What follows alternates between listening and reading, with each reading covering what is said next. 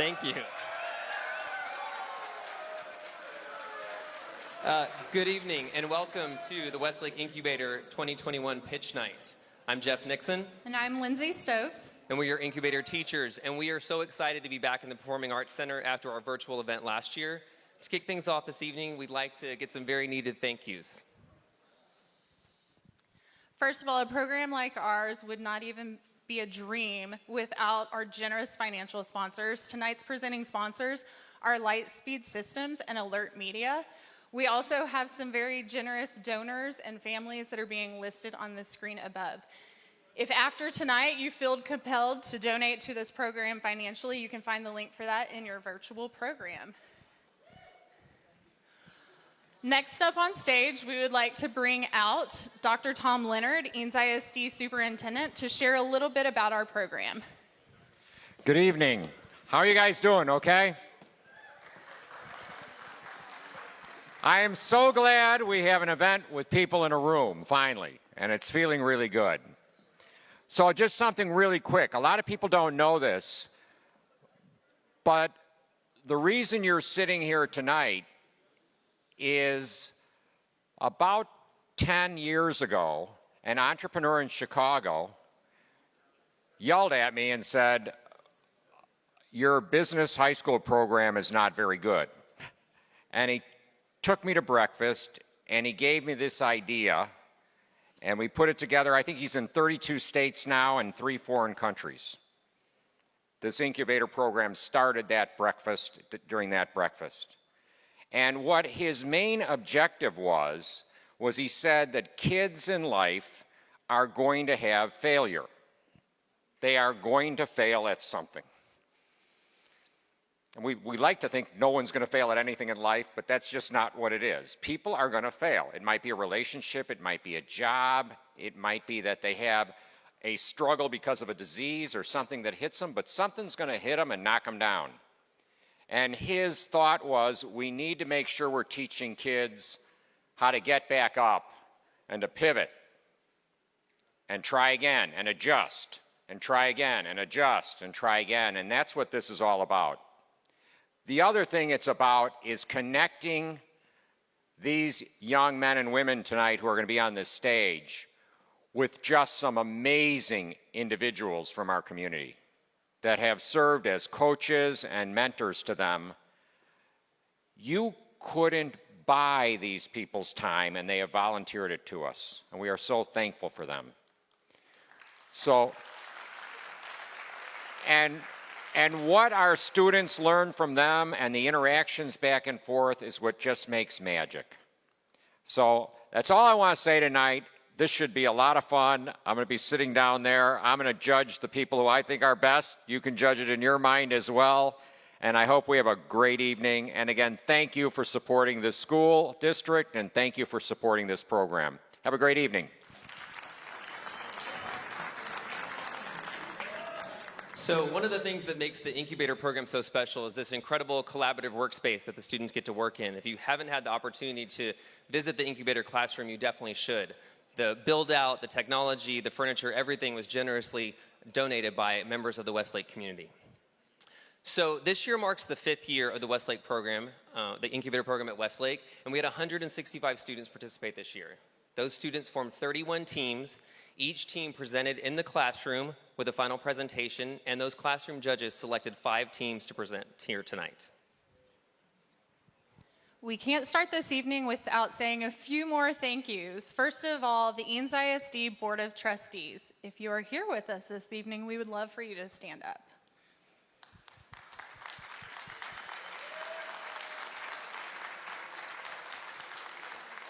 We also need to say a very special thank you to our Westlake High School administration, who has always been super supportive of our program, as well as the Westlake Tech crew, without whom none of this would be possible.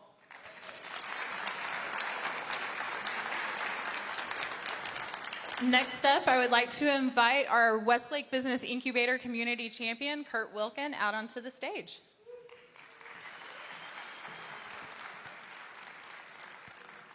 Thank you, Jeff and Lindsay. My job tonight is to say thank you to a lot of amazing people. As Dr. Leonard said, we live in an amazing community with mentors and coaches and money and things that are accessible to our kids. You guys all make it possible. So let's start with a few thank yous. First, our advisory board. I won't read the names, but those are some pretty amazing people on there. The people that really do all the work on this board is Risa Thorne, who's right here with us in the front. And I also want to thank just the entire board for all the amazing job that that these guys do all year. So a little round of applause for our board. And you guys know enough about the program to know that throughout the course of the year, we have different judges. Both tonight, you're going to see, of course, in person. But during the school year, judges work with the kids throughout the year and try to coach them up and give them some tips. These are the guys that work behind the scenes as our judges. So a round of applause for those judges. Now the meat of the volunteers. So this is an opportunity for you guys to not only thank them, but also learn a little bit about the program, because we're always looking for good coaches and mentors.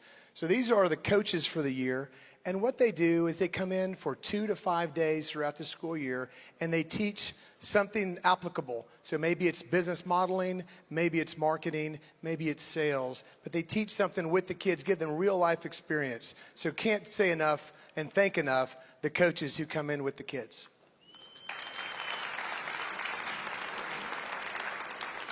And last but not least, these are the mentors. The mentors are assigned a team, and they work with the team all the way through the school year from August through tonight. So these guys and gals give a lot of heart and soul to the students throughout the year. These are some amazing folks. You can all be mentors. You don't have to be a rocket scientist to be a mentor. We'd love to have you guys be mentors with us next year. A round of applause for these amazing mentors. So before we go to the next one, I want to say a couple of words of thanks to folks who don't always get the thanks that they deserve. And those are the folks that really make this happen. So 2 of them you've met tonight, Jeff Nixon and Lindsay Stokes, but also Jerry Lamarand, who's in the audience with us. Would you stand up, please, Jerry? This program does not work without them, obviously with the full support of Tom Leonard and the board, but Jerry is the one that makes it work with the teachers, Jeff and Lindsay, and I can't say enough kind words about what Jerry does for the team. Now, last but not least, one of our jobs as an advisory board is to help recruit coaches, mentors, judges, but also to help fund this amazing program. So I'd like to give you an opportunity to donate tonight through this QR code, to donate to the program. It's such an amazing program. There's not many like it in the United States, and I encourage you to give either as no gift is too small, and you saw the list of the name sponsors earlier tonight. So we'd love to have you join us next year. I think that's it. Thank you. Thank you, Kurt. All right, it's almost time to get things started, but we're missing a few things. Next up, we're going to introduce our judges for this evening's events. As I'm announcing them, they'll come out. Josh Rickel.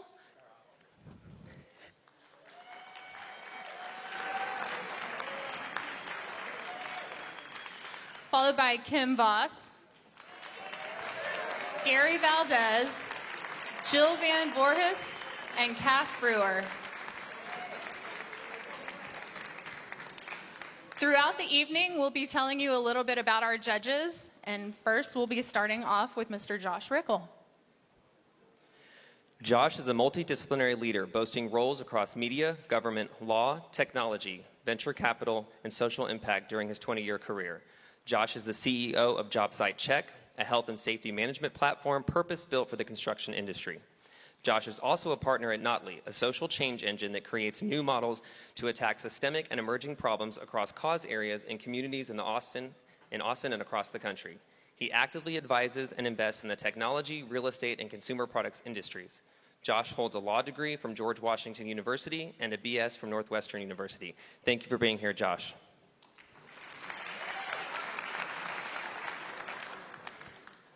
Okay, after almost 2 years of no live pitches, it is time to get this started. Our first team up tonight is Trace Brace.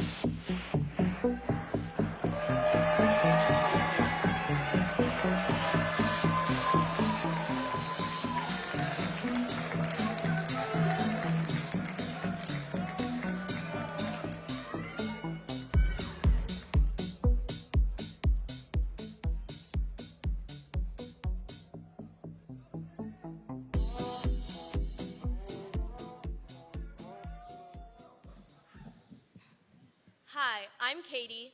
I'm Olivia. I'm Devin. I'm Reese. I'm Morgan. And I'm Sam. And together, we are Trace Brace. Picture this. You're a young woman on your way home from work. Part of your daily commute requires you to walk through a long, dark alleyway, not the most comforting place to be alone at a late hour. You feel uneasy and you're still a good distance away from your house. You think about calling the police, but you feel silly and think that it'll be a waste of their time. You also know that scrolling through a contact list searching for one person to call isn't a reliable alternative. The facts don't lie. Women ages 16 through 19 are 4 times more likely to be victims of rape, attempted rape, or sexual assault. If there was a product out there that could ensure your protection at all times, as well as be hidden yet fashionable, would you want it? Well, that's what we have for you today. We present Trace Brace, a discreet safety bracelet that you can wear on the go. When presented with uncomfortable situations, all you have to do is press a simple button and your location will be sent to desired contacts. Unlike our competitors, our product has no need for Bluetooth connection, making it more accessible. With Trace Brace, young women are provided with the peace of mind to enjoy their daily lives with the confidence that safety is always there with the touch of a button. Trace Brace can be used in a wide variety of situations. Using our application paired with our device, I can signal to my preferred contacts that I'm feeling uncomfortable, my GPS location, and the speed that I am traveling at. After an allotted period, I can then signal to my same contacts that I am okay and my updated location. Using prior communication accompanied with our app, contacts can know whether to call the police or to just check in on our users. Women are faced with the issue of protecting their safety every single day, and Trace Brace will aid gaining back in the fight to gain back their peace of mind. Additionally, on the application, I can set up a radius around the bracelet so that if the device leaves the circle, my contacts will be automatically alerted. Please allow me to do a quick demonstration for y'all. Let's say I'm getting in an Uber and I'm feeling a little uncomfortable. I'm going to signal to my Trace Brace team members that I'm feeling this way, and they should be getting a notification soon. And then once I'm at my desired location, I'm then going to signal to them that I'm all right. Our direct competitor is a company called Incubator. They are a safety device disguised as a bracelet. They utilize the Bluetooth feature on your phone and enable you to connect with up to 5 chosen contacts. They also allow you to connect directly with the 911 operator. While similar in regard to function and design, our product is unique in the sense that it does not require any device or Bluetooth connection. Because our product utilizes a standalone 2G tracker, in the event that you are separated from your phone, Trace Brace can still connect to your contacts. Our product is waterproof and will be sold for under $100, providing young women with a cheaper, more affordable option than any of our competitors. Part of the Trace Brace brand also includes supporting national organizations committed to helping young women stay safe. We plan to donate a portion of our profits to the nonprofit organization RAIN, the nation's largest anti-sexual assault and violence organization. Utilizing statistics concerning our target market, we determined that our total addressable market is 33.5 million women, and our serviceable addressable market is a little over half that. We utilize a combined transaction and subscription-based revenue model, with the base cost of our product at $50 and the subscription cost at $6 a month or $33 for 6 months. Accounting for fluctuations, revenue starts at under $10K, but more than quadruples each year. And our gross profit margin stabilizes at around 65%. Our SG&A costs in year 1 are as conservative as possible, but expenditures increase exponentially in year 2 and year 3 due to marketing. Overall, net profit margins fall in the 21 to 42% range, increasing over time. For our minimal viable product, we created 2 prototypes. As you can see, one is more durable and the other is more fashionable. We then created a survey and asked 90 women at Zilker Park and on Nextdoor to give us feedback on their preferences. Here are some of the things we learned. When we asked the women what they believed the most useful aspect of our product was, 40% said the ability to operate without an iPhone. This is important because it's one of our unique values that contributes to why we are different from our competition. In addition, when we asked the woman to rate the statement, Trace Brace more effectively addresses the issue than any other current available products on the market, 60% said they agreed. In applying our MVP to our actual product, we finalized our customer segment to be women ages 16 to 30. This made it evident that the best way we can market our product is through social media. So far, we have taken steps to expand our social outreach by creating an Instagram account as well as taking the contact information of those that have expressed interest. Our next steps, including creating a TikTok to gain traction, sending PR packages to influencers, and reaching out to contact at Facebook on how we can best market our product on their platforms. Lastly, we finalized TraceBrace's style, which you have in those boxes that I handed you at the beginning. I'm sure you're wondering where your money will go if you end up investing. Well, let me tell you. We have 4 main objectives. The first being to set up a limited liability company. Second, we will put forth a percentage of these earnings towards app development. Then we will continue creating products for those consumers who just can't wait to start wearing trace braces. And finally, we will start our newest and improved Trace Brace National Sorority Campaign. What this means is that monthly and annually, the top sororities in the nation have a focus on social issues, whether that's anti-discrimination, bullying, or in this case, women's safety. Chi Omega has over 300,000 members with 171 campuses, while Tri Delta, 238,000 members with 140 campuses. While working with their national headquarters, we can use the nation's campuses and sororities to help safety. And if we use the sororities and using their tables in the university centers, we can also use their social media team to expand this campaign even further. Finally, we've also reached out to those sorority members and those in sororities to let them know about our business inquiries. And they've let us know that if we do win this, that we do have a very high chance of being their next focus. Finally, we've also endorsed our Kickstarter to make even more funding for our business. Let's move from possibility to practicality. As investors, you carefully weigh the balance between risk and reward, potential versus probability. We recognize that. Let's move beyond a simple high school competition and into the real world. In this playing field, we have the advantage. 2 reasons. Unlike other startups, our analysis comes from strangers and not biased sources like family, friends, or classmates. We currently have the names and numbers of 92 strangers who are interested in our product. Second, we have connections, whether that's a link at Facebook or a women's rights advocate with their own interview series. Angel investors are reaching out to us as we speak. And most importantly, we have a business who has agreed to sell our product, whether that comes a year from now or 10. In cutthroat business, there is nothing more important than being self-aware. Judges, we know we have the appeal, we know we have the determination, and all we need now is a place to start. Let me leave you with this. Since we've been on stage, statistics show that 7 men or women have been sexually assaulted. We created Trace Brace with this statistic in mind. We want to help the world stay safe one trace brace at a time. So if you want to stay safe, why not stay safe with Trace Brace?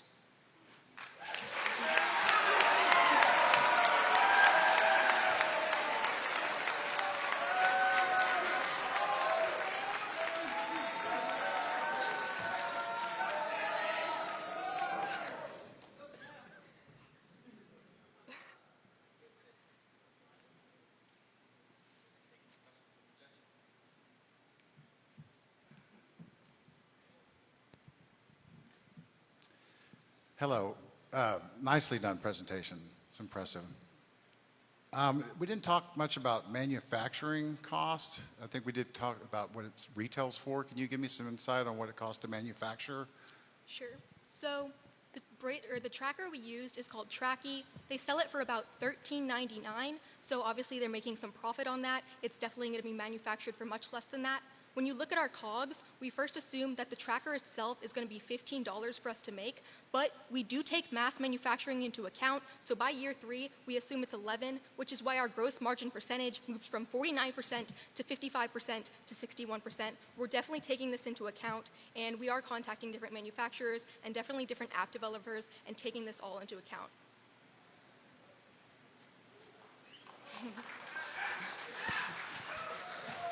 So I had another question for you on the manufacturing front. What are your plans in terms of how you're going to get this manufactured? Have you looked into a contract manufacturing model? Is it going to be in someone's garage for some period of time? What are your thoughts around that? So right now, we would say if we have this money, we also have talked to our family members, and again, we have these angel investors. We have a ton of money that we're going to be able to put into our business. We believe that if we amass a certain amount, we reach our startup cost, which is going to be $104,000. We can go straight into mass manufacturing. We already have a place to sell, and we believe if we make those relationships, then we're going to be able to do this right away.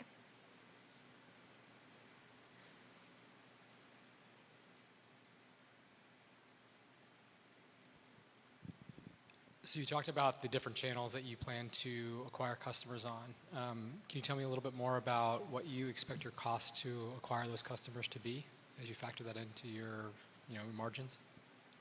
Sorry, can you repeat that a little louder? Excuse me. So I'm curious about the cost of acquisition for your customers. You mentioned a lot of different social channels, influencers and whatnot. That's great, but if it becomes really expensive to acquire those customers, I want to know kind of at what point are you starting to make a profit based upon your $50 cost of the device and then the $6 a month subscription? So yeah, we make profit immediately. Revenue in year 1 is $8,904. In year 2, it's $41,153. And then finally in year 3, it's $286,864. Of course, we aren't taking startup costs into account, but we believe that we can accumulate that product to put it into business. And based on the financial model, we'll be making profit immediately as soon as we start selling.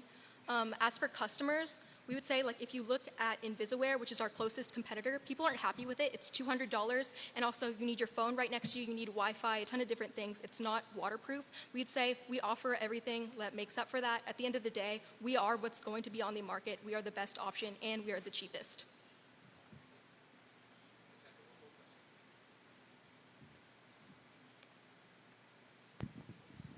So when you were talking to your people the 92 people, I think you said you asked if they would wear it. Did you have the model, the prototype for them to look at? And did they say that was great, they would wear it? And what was the feedback on the model itself? Yes, ma'am. So we went to Zilker, and it was a really bright, sunny day, so a lot of young women were out.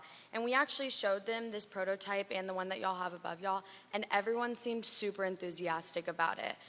They actually leaned more towards this than the more fashionable product we thought, which was a good information to know. So everyone seemed like they liked it a lot.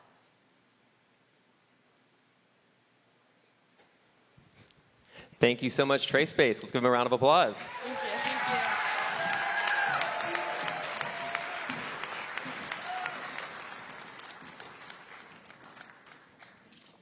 you. All right, we're going to hear a little bit about our next judge this evening, Kim Voss. Kim serves as Executive Vice President and Chief Accounting Officer at American Campus Communities. A certified public accountant, Kim holds Bachelor of Business Administration and Master in Professional Accounting degrees from the University of Texas at Austin. Kim is an avid supporter of Eanes Education Foundation, serving on the board of EEF for the last 3 years, including the last 2 years as treasurer. She also serves on the board of directors of Kirby Lane Cafe and is a member of the University of Texas Department of Accounting Advisory Council. Kim and her husband, Mark, have 2 children at Westridge Middle School that are looking forward to being future Business Incubator participants. Thank you for joining us tonight, Kim. Right, let's welcome our next team to the stage, Karate.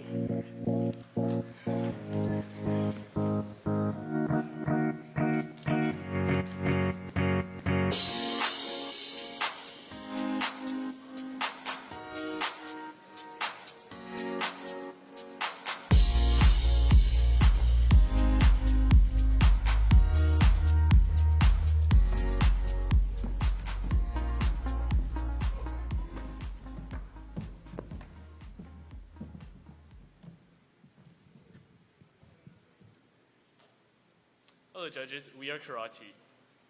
What you have in front of you is one of our soon-to-be dozens of different kinds of bubble tea.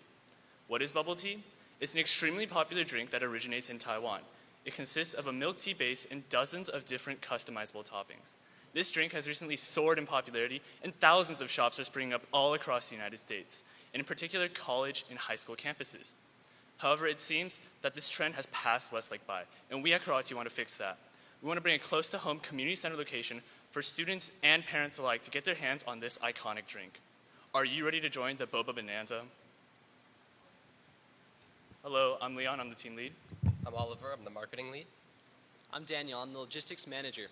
I'm Riley, I'm head of finance. Hi, I'm Neil, and I'm the competitive analyst. And I'm Michael, I'm the trend analyst. Currently in Westlake, there is currently no bubble tea location. The closest location is Osio in the mall, and while this location is close, it also lacks quality bubble tea according to our customers. The alternative to this is drive to downtown Austin to Coco's or one of their competitors, which is outside a 10-mile region of Westlake. As a startup, our primary source of revenue will be through selling drinks. We want to get the highest quality bubble tea out there to our customers. As we expand, we're looking to other forms of revenue, whether that's through merchandise, etc. For our cost of goods, our base drink costs us 94 cents to make, which consists of milk and black tea. And our toppings, which consist of tapioca pearls and rainbow jelly, cost us 10 cents. And for our packaging, which is a cup, lid, and a straw, costs us 6 cents to buy. And then that puts us at 76 gross profit margin because we sell our drink for $4.50, which is very competitive. During our MVP, our word of mouth was mainly used to spread the knowledge of our business. This is perfect for us because it's completely free and it's extremely effective at spreading knowledge of a business far beyond our immediate reach. In the future, we hope to use Instagram and paid advertising to help spread knowledge of our business beyond just the Westlake community and farther into the Austin area. During our MVP, we also utilized a small number of posters to get into the more niche communities in Westlake. For our target market, we chose the age range between 12 and 54, mostly for the younger part of this because boba tea is very popular with high school teenagers and also college students because we see boba tea shops popping up all over college and high school campuses. For the older part of this age range, mainly 30 to 54, are avid coffee drinkers. And they're often looking for alternatives to coffee that they can drink on their way to work in the mornings. The boba tea market is also growing very fast. The global boba tea market is projected to grow by over 9% every year for the next 10 years, compounded annually. So for our total addressable market, we started with a base of 2.2 million Austinites. That, again, is the population of all of Austin. And further from that, to put into our serviceable addressable market, we combined our age range, again, of 12 to 54, and with our 2.2 million Austinites, and we came with the number 1.2 million, which is our serviceable addressable market within our age range. Further from there, we combine our 2% market share and we find around 24,000 people.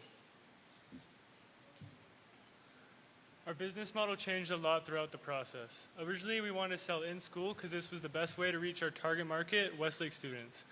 But we ran into problems with administration and had to turn to delivery. This worked very well for our MVP, but is not sustainable as we grow. So we hope to use these new funds to buy a food truck, and by year 3, have enough funds to rent out an in-store location. For our MVP, we offered our customers 3 flavors and multiple toppings to choose from. We sold over 110 cups, priced at $4.50, which generated over $500 in revenue. This confirmed our greatest assumption that people are willing to pay for our product.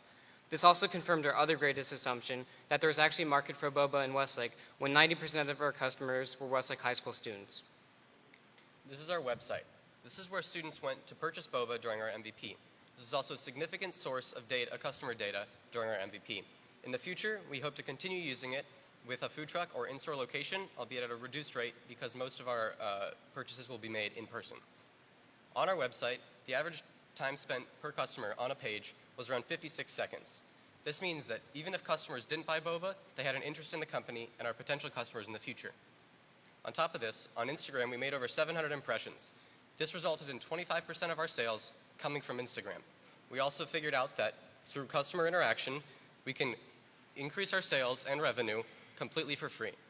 On our website, our conversion rate was 19%, which was a whole 9% higher than our predicted conversion rate of 10%. In our first year, we are projected to make over $103,000 in revenue. We plan on doing this by having multiple paid employees operating a small food truck for 12 hours a day. For our product, we are projected to sell 25,000 drinks, and we estimate that this will cost us roughly $25,000 because each drink costs us about $1 to make. In addition to our product, we expect to spend $43,000 in other expenses such as salaries, marketing, and maintenance. Our net profit is projected to total $29,000, which is a 24% net profit margin overall. Transitioning into our third year, we are projected to make $325,000 in revenue by selling 80,000 drinks out of a brick-and-mortar location. We are able to afford a brick-and-mortar location in our third year because of our past 2 years' projected net profit and growth. In addition to rent, we expect to spend $77,000 on making our drinks and $152,000 on our selling, general, and administrative costs. After all of the deductions, our net profit total is $76,000, which is a 23% net profit margin overall. On startup, we'll need around $5,000 to $7,500 for equipment. This includes sealer and shaker machines, tapioca pearl makers, and other necessary equipment. We also need around $7,000 to $10,000 for our food truck. This will be a smaller used food truck, or possibly renovating a trailer to save money. The rest of the money will be spent on ingredients at around $1.10 per cup. Thank you for viewing our presentation. And we here at Karate are 100% committed to bringing quality and convenient boba tea to Westlake, regardless as if we win this competition. And thank you, and please join us in the Boba Bonanza.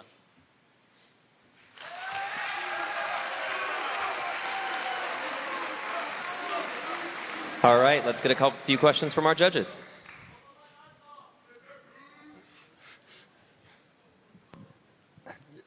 Y'all did a great job. Consumer drinks are probably one of the most competitive markets, and penetrating the market is usually very difficult. How do y'all plan to try and do that penetration and be able to be successful at it?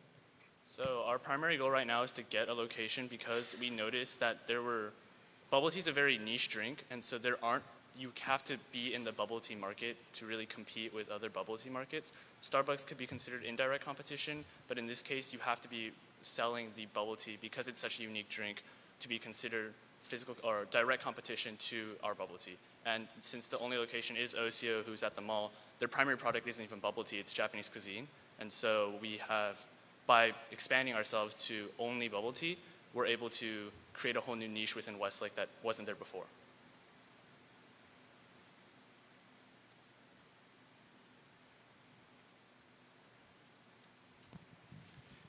You mentioned in the beginning of the presentation there's some additional product lines. Is it just visioned to have bubble tea only, or are there some other products that will come online? So a lot of bubble tea shops, how they work is they give you a set base drink, whether that's a smoothie, a fruit tea, milk tea, etc. And then you have the option to add different kinds of toppings. And so because it's so, you can have taro milk tea with jelly, for example, and then that would be a different drink compared to, say, a milk tea with boba pearls. And so as a company, it's really easy to expand your menu because adding an additional topping can create X amount of new drinks for customers to try out. And because it's so customizable, everyone has their own favorite, everyone has their own go-to for every particular shop.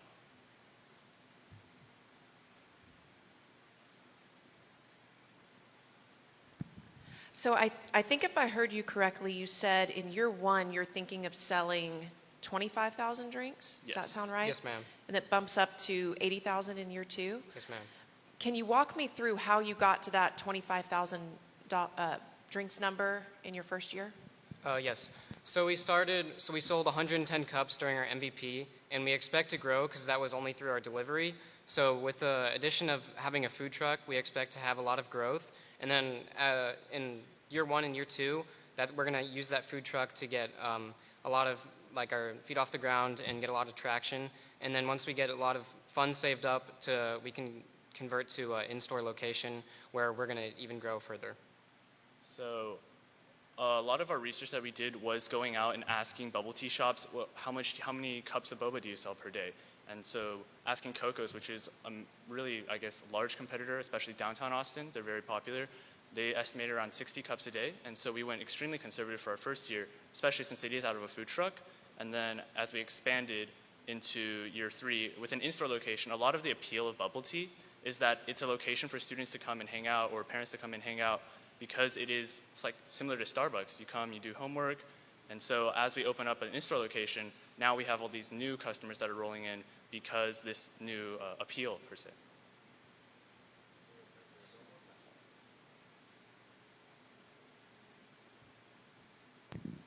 So tell me a little bit about how you would scout for a location. You said about starting out in a food truck. How would that work? Have you done any scouting for that so far, and the cost around that aside from the truck itself?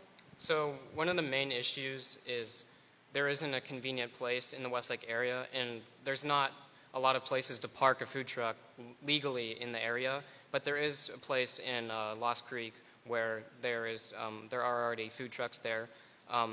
And then for renting, the cheapest and best area, the closest place to Westlake that we found is the Westlake Square near Austin's Pizza, Austin Driving School, Trying on Coffee.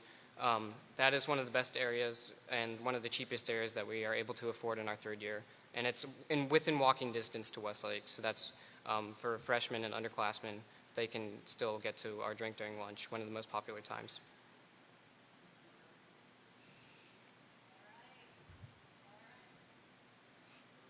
All right, thank you so much, guys.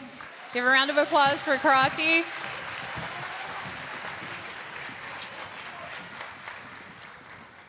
Before our next team comes up, we're going to get to know our next judge, Mr. Gary Valdez.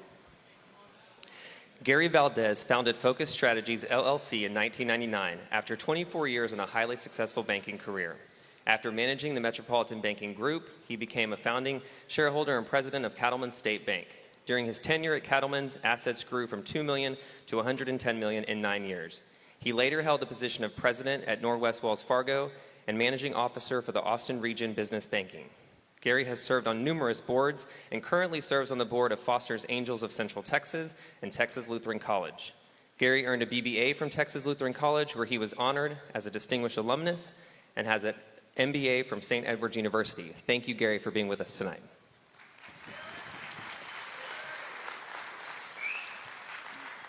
Okay, we're almost halfway there. Next up on the stage this evening is Gifty.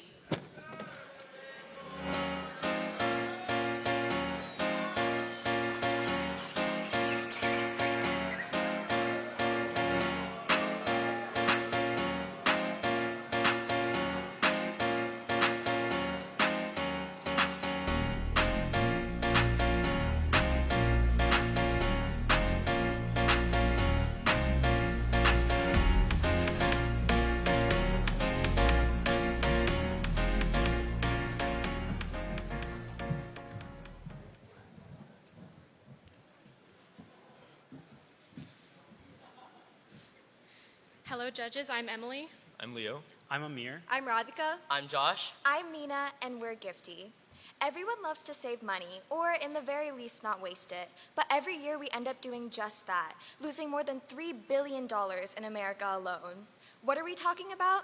Gift cards, the perfect gifts for the pickiest of people that ensure businesses they will have a customer coming in through their doors. But let's be real, where do you put them? Are they always nicely tucked away in your wallet or purse, ready to use when you need it? The answer most of the time is no.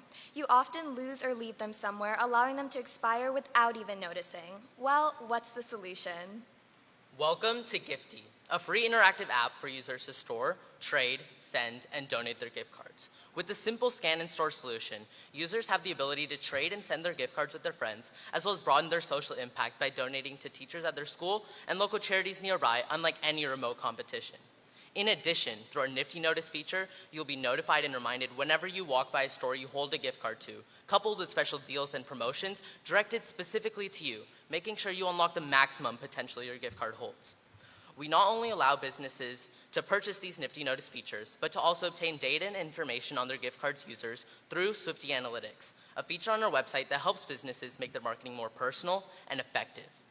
First, we want to target local businesses and then expand to others in Texas, while simultaneously building our user base consisting of teens and adults nationwide. Gifty will help ensure that your money never goes to waste again. So let's keep your money in your pocket with Gifty. Now I'm going to be walking you through our final product prototype, which will be available on all smartphones and mobile devices. When you open up the app, you'll see the sign-in page. But if you're new, you can create an account using the Sign Up button. Once you're in the app, you'll see your card wallet where all your gift cards are stored. Here, to add a card, I can hit the Add Card button, search the name of the card, scan the barcode or QR code, or enter the code and the amount to see it instantly updated on my profile. I can also create a wish list where people can send me gift cards that I actually want. To send someone else a gift card, I can search up their profile, check out their wish list, see what gift cards they like, send them the card plus a nice message to see it updated on their profile. I can also trade and send gift cards with my friends by offering a gift card that I have and requesting one they have, which they can either confirm or deny in their activity. In my activity, I can confirm the trades and gift cards sent to me, as well as be in touch with more people on the platform by accepting follow requests. Here at Gifty, we are dedicated to having a positive impact on the community. So we allow our users to donate directly to nonprofits and charities in their area. We also know that word of mouth is going to be super effective in marketing this product. So users also have the ability to send gift cards to those who don't have the app yet in order to bring more people onto our platform. Here, you can also check out your personal info, as well as specific settings like privacy, location, security, and notification. You can go to our website, contact us with any feedback or suggestions, add an account, or if you're done using the app, log out to take you right back to the sign-in page. Since Gifty is a dual-sided marketplace, businesses and users, we created two separate SAM and TAM models. For our business segment, we first found out that there's about 900,000 stores in the US, with about 95% of them selling gift cards. We then added the limitation of the number of retail stores and restaurants in Texas specifically with gift cards. Next, for our users, we first started out with the population of the US and found out that about 81% of people have access to a smartphone and a gift card. To simplify our data, we focus on teenagers and young adults, specifically ages 15 through 25, because we want to have a specific target market for our users. Unused gift cards is a global problem that people of all ages suffer from, but to simplify our data, we focused on a specific target market. If you would like to try our MVP out for yourself, please feel free to scan the QR code on the screen or your folder. For our MVP, with the help of a UT student, we created a web app that would allow users to test Gifty's storage feature. Through our app, users were able to create an account, store a card, delete a used card, or contact us with any feedback or suggestions they may have, all without having to leave the app. Our speed to market is proof of our value as a team. We created a beta app in less than 3 months, accumulated over 400 users, and over $1,500 worth of stored gift cards on our app with real-time traction. The overall feedback we received was extremely positive, and people really seemed to enjoy Gifty's concept. We created our Instagram page on March 20th and have gained roughly 600 followers in the past 2 months. To gain users, we've had 3 giveaways and started a student ambassador program. We post every other day on our feed to remind our users to create an account on Gifty and mention any updates on the app. We also had a very exciting event last weekend. After our final presentation, we met with new and existing business partners to create a booth at Westlake High School's prom this past weekend. We held a large raffle and gave out prizes to each new customer who signed onto the web app at the event. All of the goods and gift cards were donated by these businesses in order to grow our user base and to market our app. In total, the event was a huge success as we were able to increase our user base by over 20%, leading us to have roughly 420 individuals currently using Gifty's web app. Over the past 2 months, we've pitched our idea to several local businesses and have gained a total of 20 businesses confirming that they will want to partner with us. These include a few regional chains like Tyler's, Tiff's Treats, and Rudy's, as well as local ones like Texas Honeyham and Gatsby's. We've also accumulated over $1,000 worth of gift cards from these interested businesses in order to help promote the Gifty platform. Our first revenue stream is subscription-based, through which we'll be offering 3 different pricing plans. These are based on the number of store locations a business has. Our first option is going to be our Nifty Notices for $60 a month per store, and then our Swifty Analytics for $40 a month per store, and then a combined best value for $80 a month per store. We know that businesses will be eager to purchase our best value option because not only does it increase foot traffic in these stores, but shoppers typically spend 40 to 60% more than the gift card's value when they shop, increasing revenue for these businesses as well. Our second revenue stream is going to be ad-based, through which companies will have the option to choose from either full screen or banner ads. We decided to price these at the industry average, so banner ads will be $3.50 per 1,000 impressions, and full screen ads will be $6 per 1,000 impressions. We decided to make the app completely free for users as well in order to accumulate more appeal for businesses to market on our app. On the screen here, you can see our revenue projections for our first 3 years as a company. As Amir said, we have over 20 business partners that have collectively over 170 store locations so far, and we're predicting a 90% renewal rate between each month for the subscription based off of the excitement that these businesses have already expressed in Gifty. For the first revenue stream, which is subscription-based, we've placed a 200% growth rate between each years initially, and for the marketing-based, it's 200 and 400%. These are both based, once again, off of the excitement that businesses have expressed in our product, as well as our projected growth in our user base. Honestly, it is really hard for us to predict exactly how much money we could potentially make 3 years down the road, but we hope to use our current potential customers as focal points to get as close to those numbers as we can. Our competition includes other gift card apps like Gift and Gift Card Granny, though they only focus on gift card storage, whereas our multitude of features will attract many more users. Our main competition, however, are with other data service platforms that stores and restaurants purchase, like OpenTable, Grubhub, and Catalina. However, unlike our competitors, we help businesses turn complacent gift card users into active buyers, increasing foot traffic and revenue in their locations. Additionally, as Josh previously touched on, unlike our competitors, here at Gifty we are dedicated to having a positive impact on our community. So we created the Gifty feature that will allow users to donate their gift cards directly to nonprofits in their area. We reached out to and partnered with 4 local charities to kickstart this feature, which include Austin Pets Alive, Well Aware Austin, Dress for Success, and Helping Hand. Through our meetings, we also were invited to speak at the local Community Connect event yesterday, where we pitched Gifty to over 90 charities. Overall, through our donation feature, we are not only hoping to grow our user base, but to support our community as well. We have 3 main ways that we want to scale Gifty in the future as it grows. First is white labeling, through which we would create a digital framework code for individual businesses to pay on a subscription basis for an app.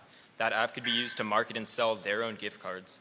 In the next 10 years, the gift card market's projected to grow to $1.9 trillion, so white labeling with an app powered by Gifty would be a really great way for them to stay competitive with that consumer trend. Second is transaction fees. We want to let companies sell their gift cards directly on the app, of which we would take a small fee, giving us an additional revenue stream. And finally, on top of the nonprofits that we've already partnered with, we want to allow organizations such as school districts to join Gifty, label themselves as a nonprofit, and allow people to give gift cards to them if they're in need. We are asking for $15,000, $6,000 to create an app with Dynamic Dreams, a tech company in India, $1,000 to cover legal fees such as our terms and conditions as well as other IP costs, and $8,000 to market to keep accumulating users and businesses onto Gifty's platform.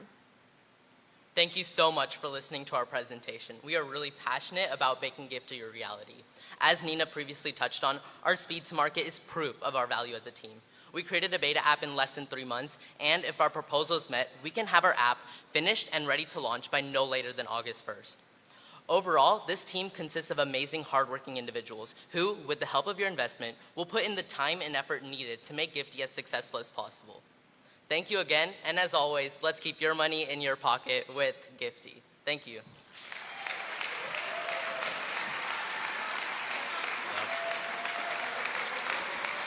All right, let's hear some questions from our judges. Great work. So I really like the idea. There's a network effect here, which is really exciting. A lot of your value is going to be dependent upon your user growth. The value for the businesses, and obviously for any sort of ad revenue to work, you need a lot of users. So in your forecasting model, what are the number of users that you have to acquire in those years for the business model to work? Sure, I can touch on this a little bit. So in our revenue model, we plan on pricing at $40 for Swifty Analytics, $60 for Nifty Notices, and $80 for our combined value. In our revenue model, for our first month, we wanted to leave it to accumulating users, and then for our second month, send out some free trials in order for businesses to be interested in starting to use Gifty. From there, we predict a 75% renewal rate from those free trials. So let's say 4 businesses decide to work with us in our free trial. 3 would then go on to working with us in the next month. We've gotten this information by actually going out and talking to these businesses. We've crafted a pricing plan dedicated towards that. And with the user base, we believe that through our free trials, businesses will be able to have the ability to kind of gauge what kind of user base they are looking for. Sorry, I'm going to ask a follow-up question. So to clarify though, how many users of the app do you need? Because the businesses are going to want to know, and the analytics are only truly valuable for them if you have lots of people loading their gift cards on it, that they can derive analytics, and then hopefully them buying on your platform and traffic.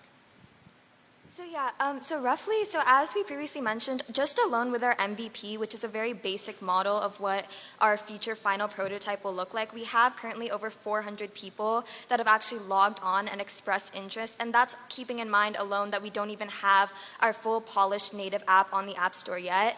So given with that excitement that people are showing for the overall Gifty concept, we are expecting that it to exponentially grow in between the years. So the first year starting off at least at 400, just purely because of the initial people that express interest, and then further moving up to about 600 and 800 and so forth, just about 200 users per additional 6 months, and that coordinates along with Christmas and such holidays as well. So that's probably the amount of users that we are expecting in order to reach our revenue models numbers.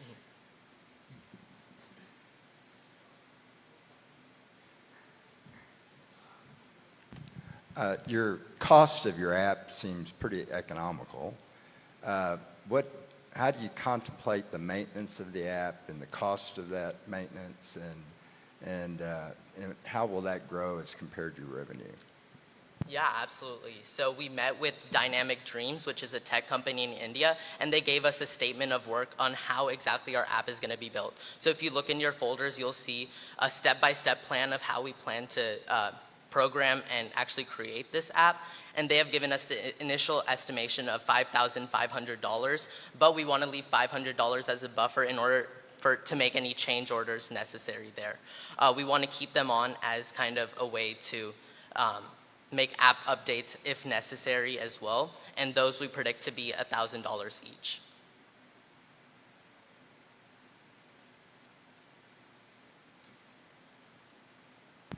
I'll ask a quick question back on the revenue. So you have your two revenue streams, your ads and then your subscriptions, right?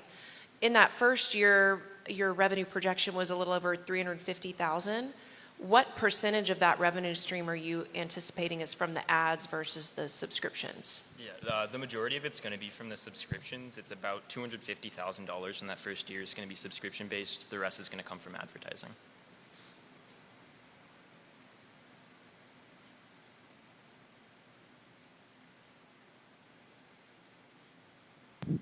Can you give me a little bit more information on how you plan to acquire users, the people that'll be actually using the coupons? Okay, so with the money, we want to venture out to other social media apps that would hit our higher demographic, mid-20s, like on Facebook, LinkedIn, getting ads on Google, but we specifically want to implement in-store ads, getting a QR code at H-E-B checkout with a description, and there's a lot of bulletin boards like in Trader Joe's and H-E-B, and in a lot of grocery stores, there's an area where you can buy different types of gift cards, so having a Gifty ad there would be very beneficial since we would be targeting our target market. And with those business partners we've already acquired, we've talked to them about doing similar things, and they've been really open to that idea. Fantastic job, Gifty. Thank you. Thank you.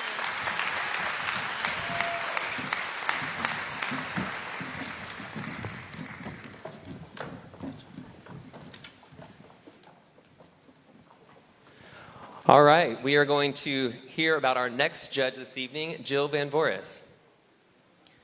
Jill started her first business when she was 23 and selling industrial supplies in the Ship Channel area of Houston. Since then, she has been part of numerous startups, both for multinational corporations and bootstrap businesses. Jill loves turning a great idea into a meaningful and successful business. Currently, she is a strategy consultant in public affairs and business startups at Straticom. She is very excited that her son, Dylan Franzing, currently a sophomore at Westlake High School, will be entering the Incubator program this upcoming year. Thank you so much for your time tonight, Jill. All right, let's welcome our next team to the stage, Code.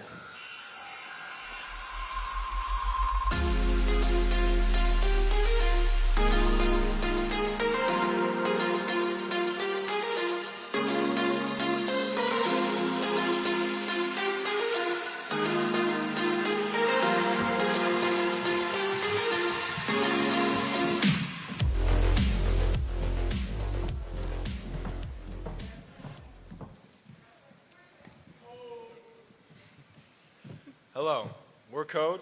My name is Sam Goodner. My name is Grace Richardson. I'm Olivia Clark. I'm Eliza Clark. I'm Erin Thompson. And I'm Laura Newton.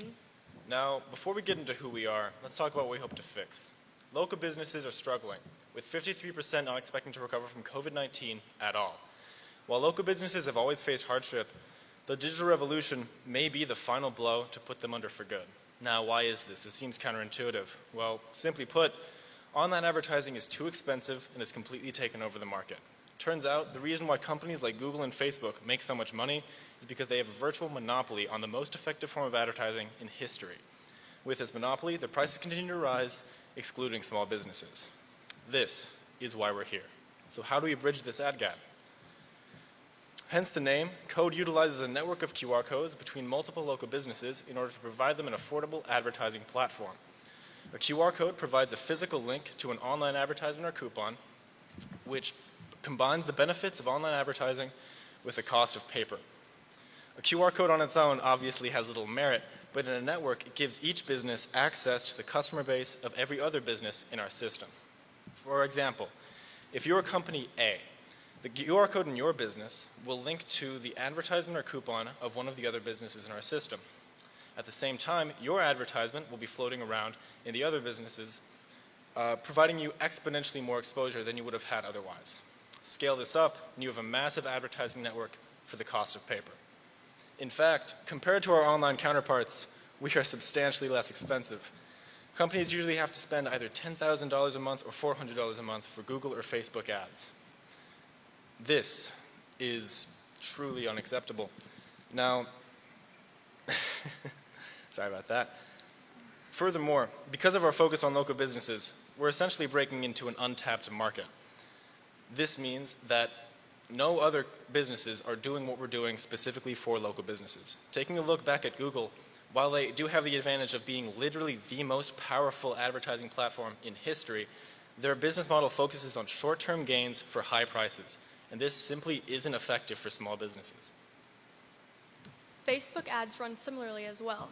While the cost is less expensive than Google ads, they have lost a lot of their marketing power, and the cost of online advertisements can be an unpredictable range. For our total addressable market, we have it set at the number of small businesses in the United States, and for our serviceable adjustable market, we have it set as the number of small businesses in Texas. In order to get local businesses on our platform, we have been reaching out to them directly, and in order to build brand awareness, we've set up a social media platform to gain a presence on social media. We are working with a subscription business model. Each business will pay us $10 per month or $120 per year. For our 3-year revenue projection, we are trying to be as conservative as possible. This is assuming that we are gaining around 5 new businesses each month. As we grow more, we're likely to expand much faster, and as you can see, even if we only reach a tiny portion of our addressable market, we will still be economically viable. For our selling, general, and administrative costs, we have an estimate of $5,244 for the first year. This number factors in for website maintenance, insurance, a QR code generator, and we are not planning to pay ourselves in the first year. For our cost of goods sold, we have an estimate of $50 for the first year. This number factors in for printing out the QR codes and laminating them, and this number is quite low due to the fact that we are more of an online service rather than a product. In order to test our theory, we established multiple phases. For phase 1, we simply wanted to know whether or not people would scan our QR code and what design and placement would work most effectively.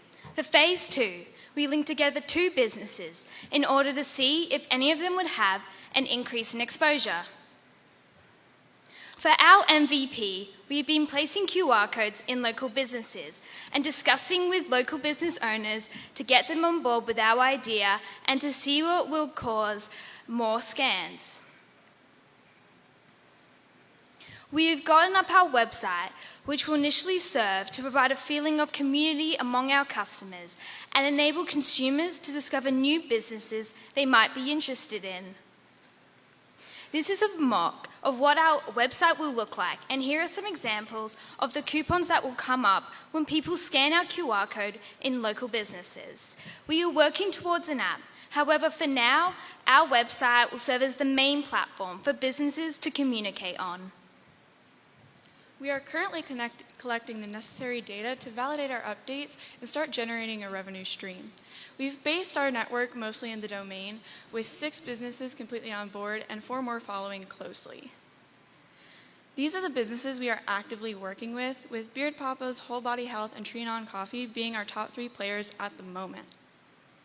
These are photos and renderings of what these businesses are putting out on walls, windows, bar tops, and tables. These prototypes effectively track scans and monitor customer engagement. Our required capital consists mostly of just startup costs, such as coding the software for our website. With our service, local businesses will have access to advertising on par with that provided by tech giants for a fraction of the cost. We have started growing our network of local businesses in Austin in order to prove our service further. With our codes already connecting businesses, we have a solid foundation from which to build and bridge the ad gap. Thank you.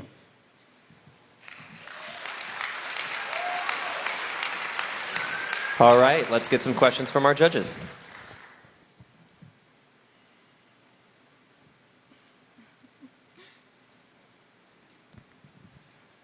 A very good presentation. Not knowing much about the system, I mean, how do you keep a Google or someone not from getting into your space? Is this a system that could be patented? Say again. How do you keep a Google from getting into this space and taking over? You know, is there a patent or something that can control this? What we can patent is the software we developed to essentially have one of our codes be able to link to a different business every day. So what we can patent is essentially our website and our software that enables this to work as effectively as possible. Okay, thank you. Can you explain to me a little bit more about the experience or what when you scan the QR code, when I walk into the restaurant, I scan it, what am I going to see on my phone and what is it going to compel me to do exactly? So, and actually this is one of the previous judges that gave us this idea. When you are in the restaurant, a lot of restaurants do use QR codes nowadays. So one of our thoughts there, just for the experience, of course, is to link that with the menu, link our software with it, and it'd probably just be more of a pop-up or like further coding. So it'd be a pop-up, or it's like one of those pop-up ads on a game. But starting out, it'll probably take them to our website, which will generate a code, hopefully based on where you are, what it thinks you might like. So talk to me a little bit more about how you're getting eyeballs on the QR code itself. I'm thinking in terms of digital ads in which people are seeing tens of thousands of ads pushed to them a day. It takes about 7 times of seeing an ad before you actually click on it. So how does that work when you're seeing is this a physical QR code they're seeing like on a restaurant menu or on a... So this is a physical QR code, which makes it pretty much the cost of paper, which is why our costs can be so low. And part of that is, like I said before, scanning it at like a restaurant. It could be linked to the restaurant's menu, so it just comes up automatically. I do understand what you're saying about being ads pushed out all the time. You know, that is what phones are. Essentially, we're the thing being sold. But at first to scan it, it would be just the fact that it's there, the fact that it's a captive audience, like at a restaurant. You know, you're sitting down, you've got nothing else to do. It just comes up. You're like, oh, what is this? You know. Otherwise, you know, at a restaurant, it would just be there, and you have to scan it pretty much anyway, just because it's a menu and you need to scan it.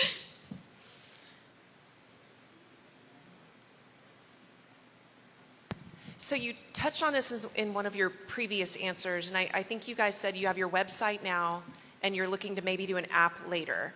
Thinking about where this could go in the next phase, do you envision incorporating any of the geolocation functionality, and how would you envision that working? Yeah, so the main idea about an app is to essentially build a brand image with people that are scanning, not just the businesses. in order to kind of make our brand synonymous with rewards to local business and a boost in that. So while we could definitely do a geolocation feature where you could be notified of codes around you, but our main vision is to essentially build our brand as the local business ad platform. Good job, Code. Thank you so much.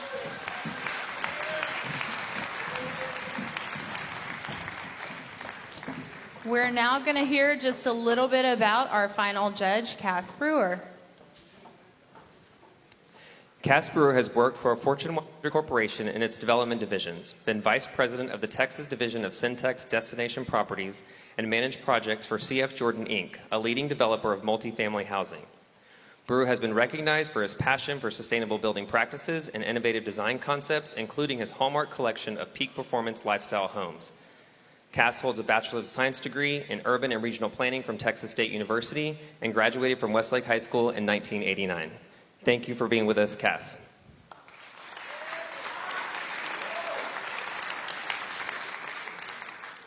Okay, it's time for our final pitch. Next up on stage, WakeSafe.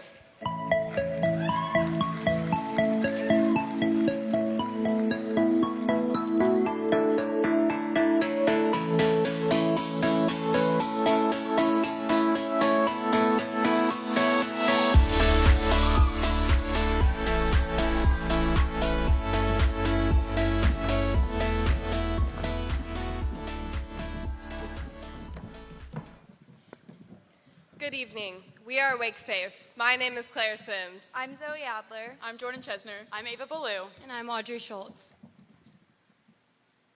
A fun day on the lake can turn into a nightmare in seconds. Wake surfers and tubers fall into the lake all the time. It's part of the thrill. This thrill becomes dangerous when drivers are drinking, on their phones, or simply just not paying attention.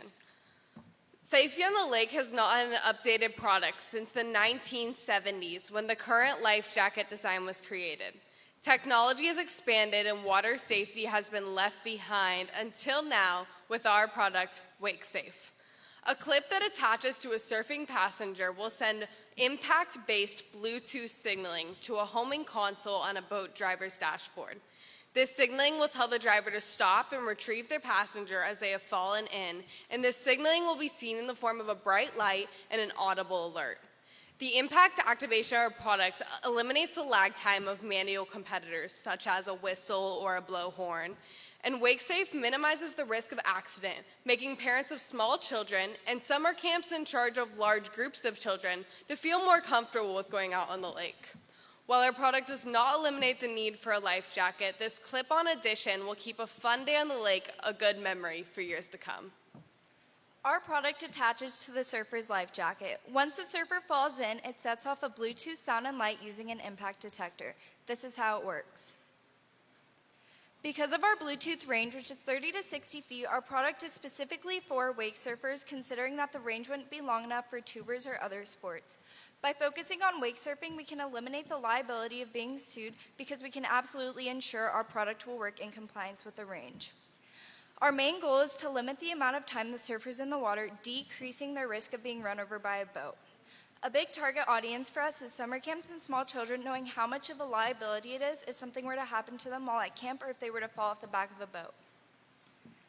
After year one, we anticipate to spend around $7,000 on our cost of goods sold, following with $23,000 in year two, and finally $56,000 in year three.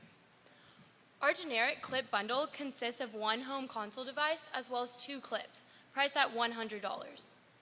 As far as our gross profit margin goes, we anticipate a margin of 32% in year one, 34% in year two, and finally 35% in year three.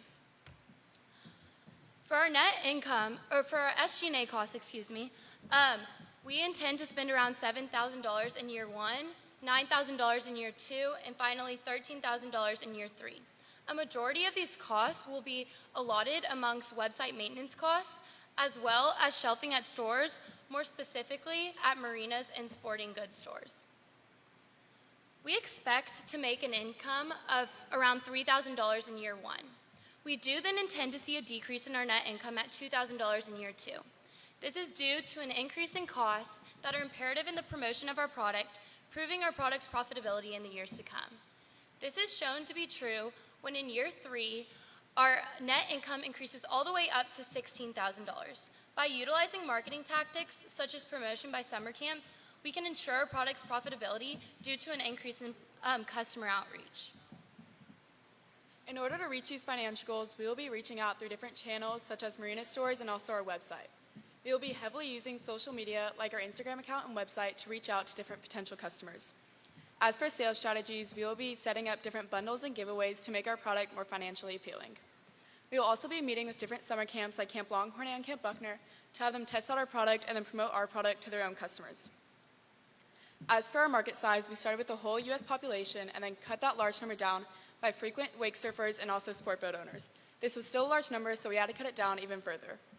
We started with a projected 13 million people and then asked people how often they went on the lake, knowing that if they went out on the boat maybe once a month, they most likely wouldn't buy our product in the first year. Knowing that summer camps are such a large part of our market, we added in the 140,000 summer camps in the U.S. This totaled our market to reach about 8 million people. For our MVP, we collaborated with members of the Westlake robotics team to construct a working prototype. After much discussion, we came to the conclusion that an impact detection system was the most effective way to know when a surfer has entered the water. We later integrated a Bluetooth signaling system that connected both the clip and the home system wirelessly. Throughout the MVP process, we had a problem with including all of the components that we wanted into our given budget. Initially, we wanted to use thermal detection to know when someone was in the water. However, this proved to not be cost efficient, which led to us using impact technology. We are asking for $20,000. With this money, we will first make our product more compact and easy to use. After this, we will make 2 testing bundles to distribute. After we receive feedback and our testing is successful, we will make about 10 more bundles to give to any willing buyers. From here, we will expand to our larger customer segment, such as summer camps and family boat owners. Any extra funds that we have will be spent on marketing and promotion for our company. Our goal here at Wake Safe is to make lake days safe, lifelong memories. Thank you. We will now take any questions, and if you would like to see our prototype, I can bring it to y'all. All right, let's get some questions from our judges.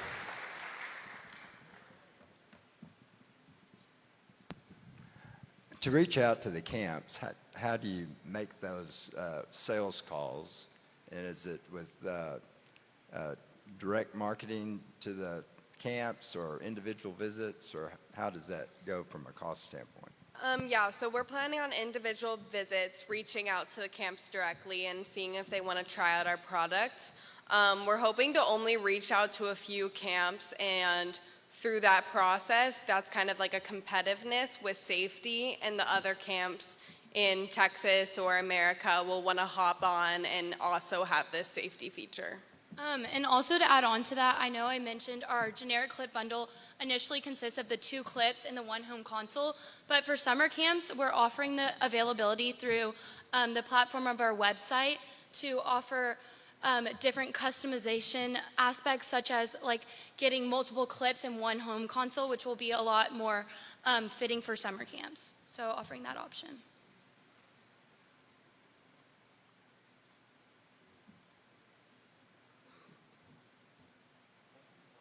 Yeah.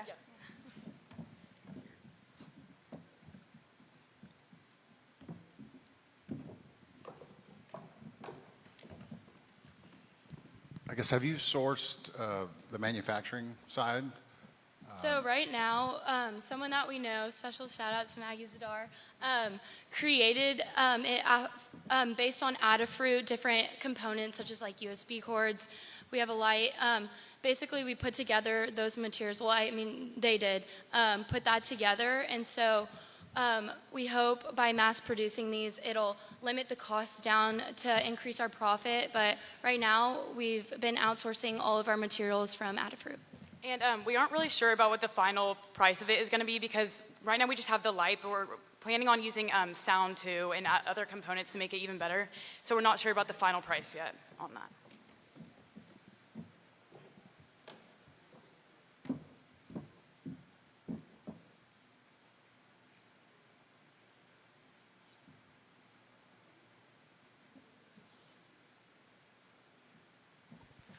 All right, fantastic job. Wake safe.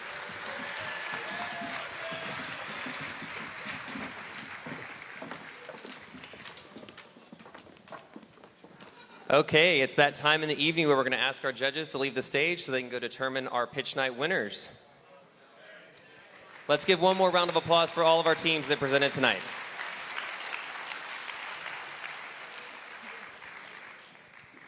While our judges are deliberating, we are going to hear a little year in review from last year's winners, Lock On Trigger Guard.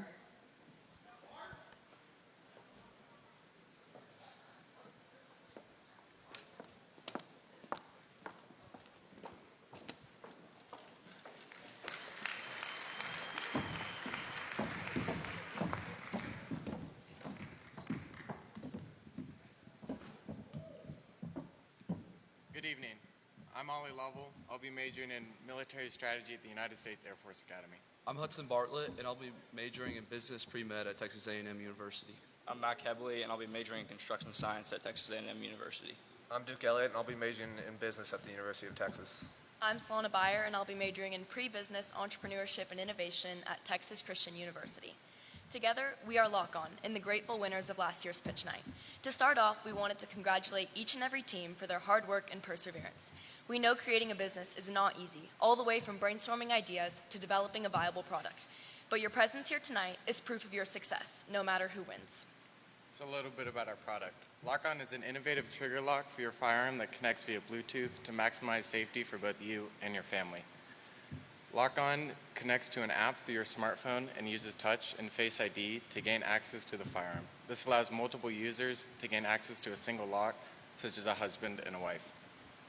We founded Lock On with a single thing in mind, safety, and preventing unwanted users from gaining access to a firearm, such as the mentally disabled or children, from potentially harming themselves or others. It was definitely very exciting when we finalized our idea, but then the real work began. We were forced to learn the values of teamwork and time management, which are also very useful in life. We were the first business incubator class to do pitch night online, and it was nothing like we had expected. You would think you'd be comfortable in your own home with your dog in the audience, but we learned quickly that we would not be able to use our presentational skills that we had learned all year. By now, you all know that your presentation is just as important as your product. And when we were unable to use our presentational skills, we knew we had to up our quality of our video. We worked hard and had to deal with many problems, but in the end, it worked really well.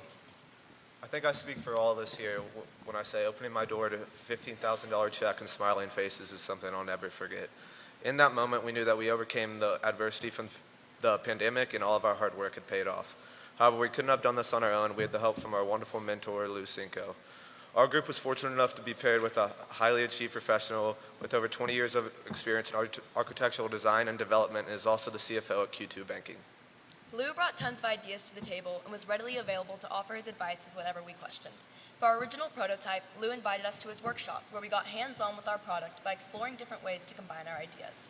We spent lots of time configuring different parts until we found the perfect solution. Lou was deeply invested in not only our product, but in us. His belief in us never wavered, and we are truly grateful for his mentorship. Thank you, Lou.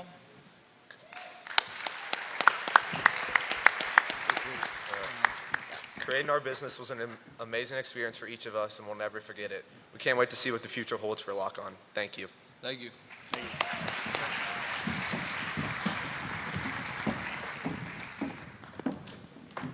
Thank you, Lock On. Good luck next year, everybody.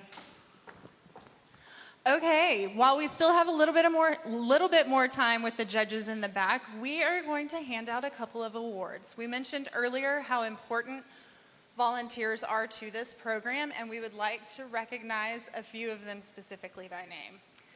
First of all is Mentor of the Year. Within our program, mentors are paired one-on-one with teams. They work throughout the entire year, serving as a sounding board, advice, guidance, counsel when things go wrong. These are really fabulous relationships that the students are able to build with industry professionals. So this year, we would like to recognize Katina Kenyon as Mentor of the Year. Not only is this Katina's first year serving as mentor, but she dove in head first, serving on the Westlake Innovation Fund's advisory board, and really just took a hands-on approach with her team. So we are very lucky to have her and retain her.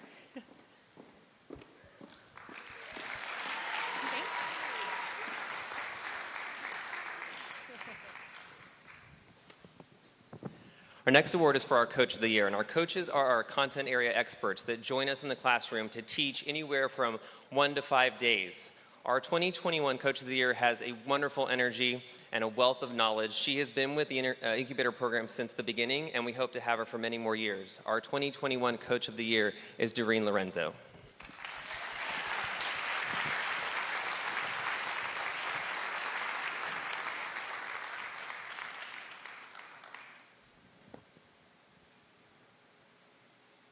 Let's keep clapping so this is not awkward.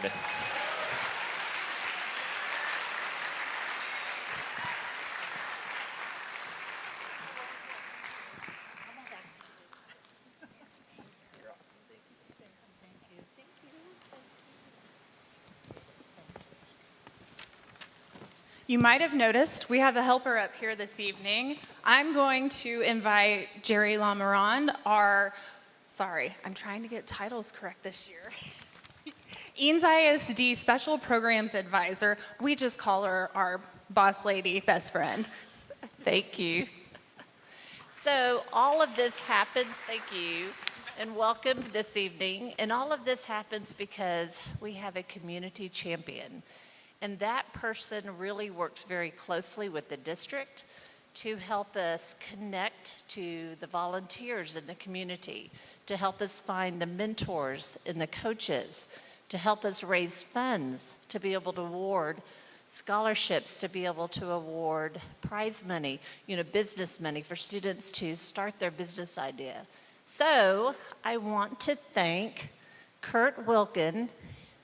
I don't think he realizes I'm calling him out here. Kurt Wilkins has been our community champion for the last 2 years, and we are so grateful. This is just, thank you.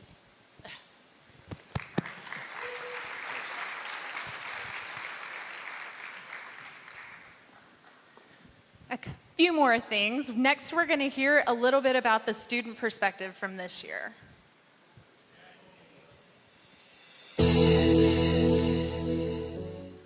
From Business Incubator, I learned how to enhance my leadership abilities and apply them to a real-world situation while still remaining collaborative with my team.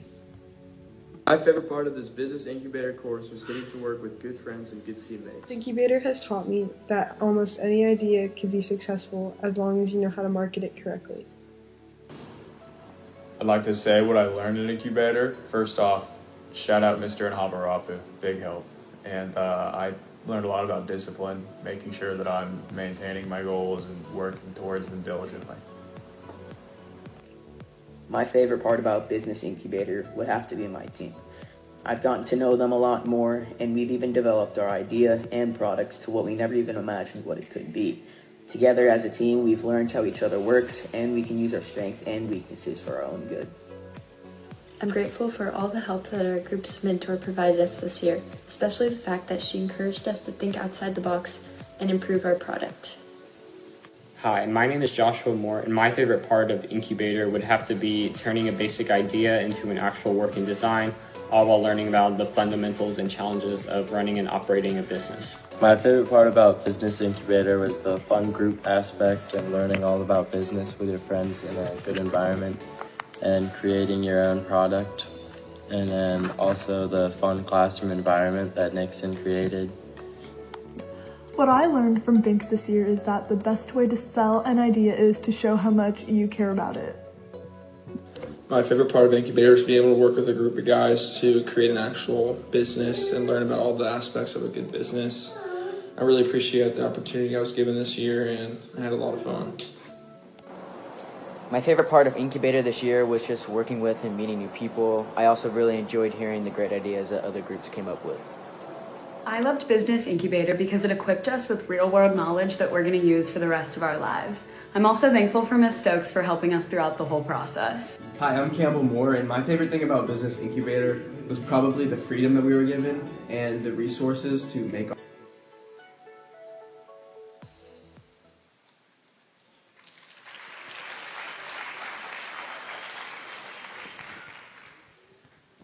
So this spring, we lost Jackson Coker, a member of the Incubator program and the Westlake community. And Jackson was not only successful in the program, but he contributes something to it. His presence in it elevated the program, and he set an example of excellence for years to come. We want to honor Jackson and who he was and what he contributed to the program by awarding successful students in Central Texas Incubator programs with the Jackson Coker Incubator Scholarship.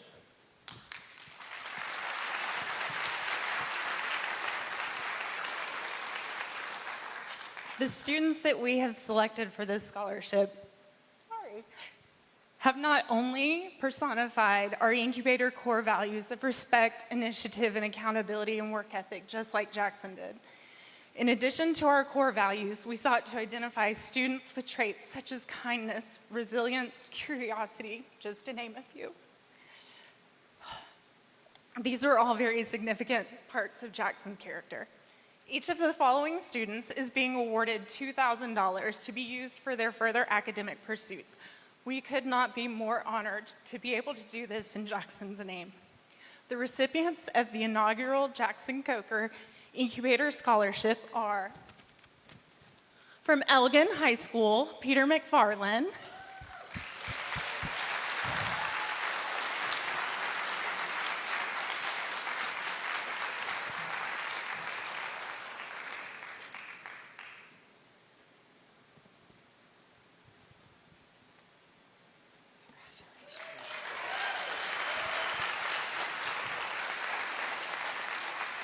All right, moms, family, get some photos. Next up, we have Kayshawn Young from Del Valley High School. She's unable to be with us this evening, but was overjoyed at receiving this scholarship. From Westlake High School, Reese Jumanville.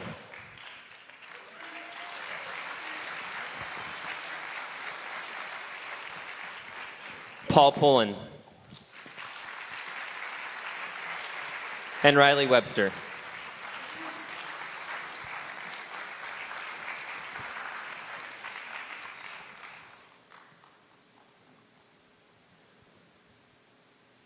Please give these incredible students another big round of applause. Congratulations.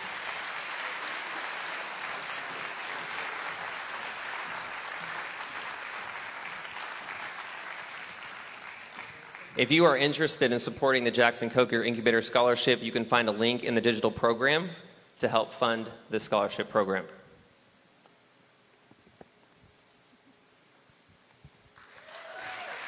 The real checks will come in the mail. Those, unfortunately, have to stay.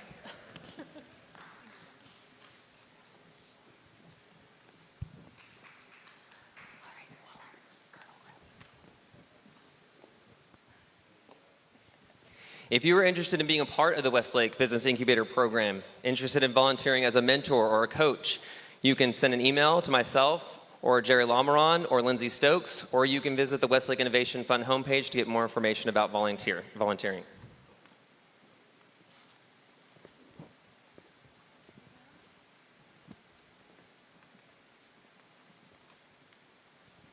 We're checking on those judges.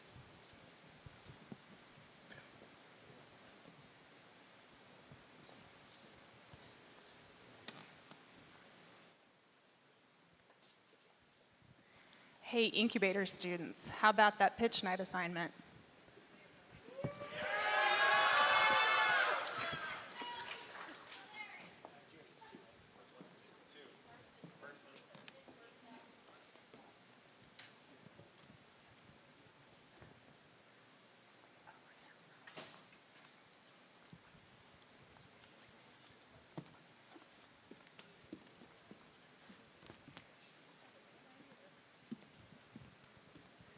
The judges are still deliberating.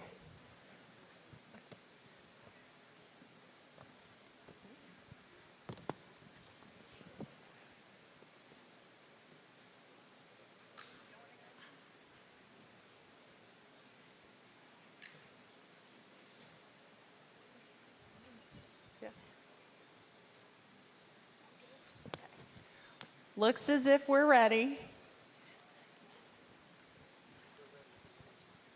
They're writing a check. This is a good sign. That means the competition was... So before they announce our winners, we're going to get a couple of thoughts and reflections from the judges. So once we have them back on stage.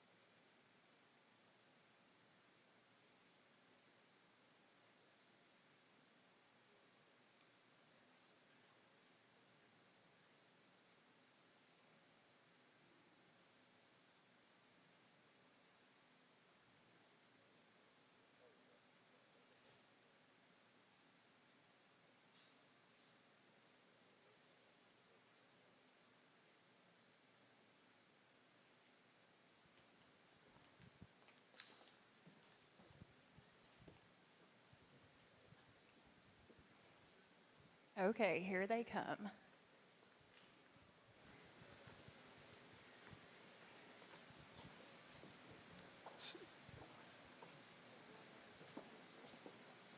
Oh, okay. Well, first of all, fantastic job. Everyone should be really proud of the work that was done today and leading up today. Incredibly professional presentations. I've seen a lot of decks over my professional career, and these rank up with them. So really, really impressive. Mentors, thank you. I mean, you definitely worked with them. I can see there was a lot of thought put into not just kind of the economics, but the marketing and the branding and everything that is really going to be integral in any of these companies being successful. So overall, we were just impressed by the students and the work that they put in. Thank you. Well, it is now time to announce our winners. So our second place winners of Pitch Night 2021 are Trace Brace.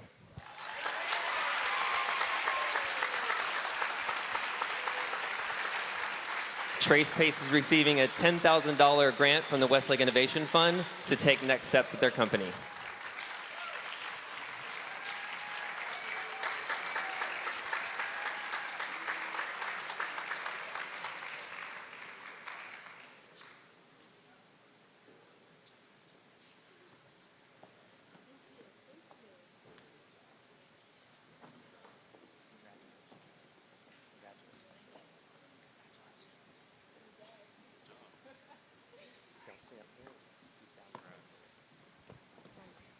All right, it's time to announce our winner.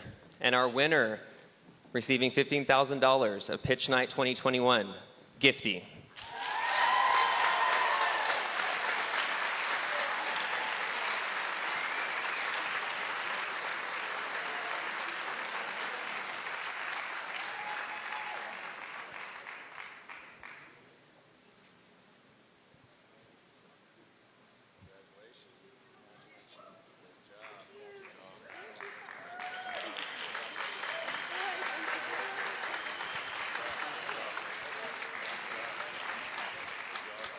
Let's give a big round of applause for both of our first and second place winners.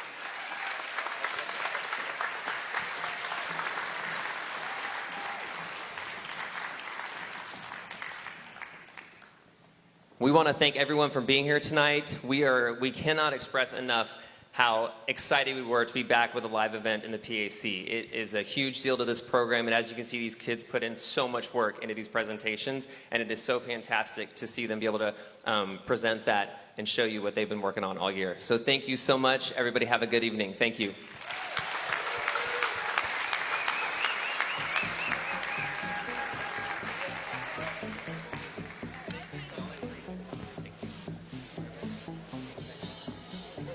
More pictures if you want your parents.